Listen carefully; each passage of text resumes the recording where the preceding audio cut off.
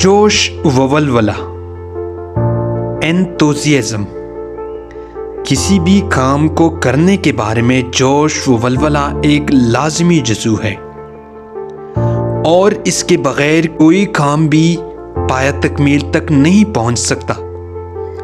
ہر نیک اور مفید کام کے لیے ہمارے اندر جوش و ولولہ ہونا چاہیے، اور اسے دوسروں کے اندر بھی پیدا کرنا چاہیے۔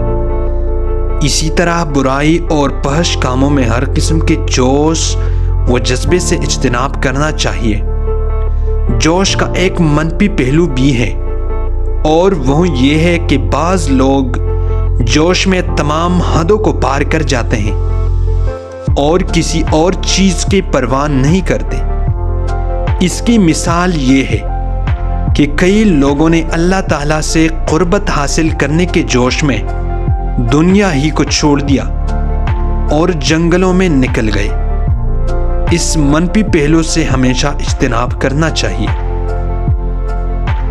جوش کے بارے میں ایک اور اہم بات یہ ہے کہ بعض لوگ جوش میں کوئی کام شروع کرتے ہیں اور اس کے دوسرے پہلو کے پرواہ نہیں کرتے، لیکن کچھ ہی عرصے بعد جب جوش ٹھنڈا پڑتا ہے تو اس سے بالکل ہی اچاٹ ہو جاتے ہیں۔ اس کے نتیجے ان کی شخصیت سے دوسروں کا اعتبار اٹھ جاتا ہے، اور اسے تجربے کے باعث دوسرے لوگ انہیں اہمیت دینا کم کر دیتے ہیں۔ جب بھی ہم پر کسی کام کا جوش سوار ہو تو اسے شروع کرنے سے قبل اس کے تمام مثبت اور منفی پہلو کا جائزہ لینا چاہیے، اور جب اسے شروع کر لے تو پھر اس پر استقامت، کنسسٹنسی کے ساتھ عمل کرنا چاہیے۔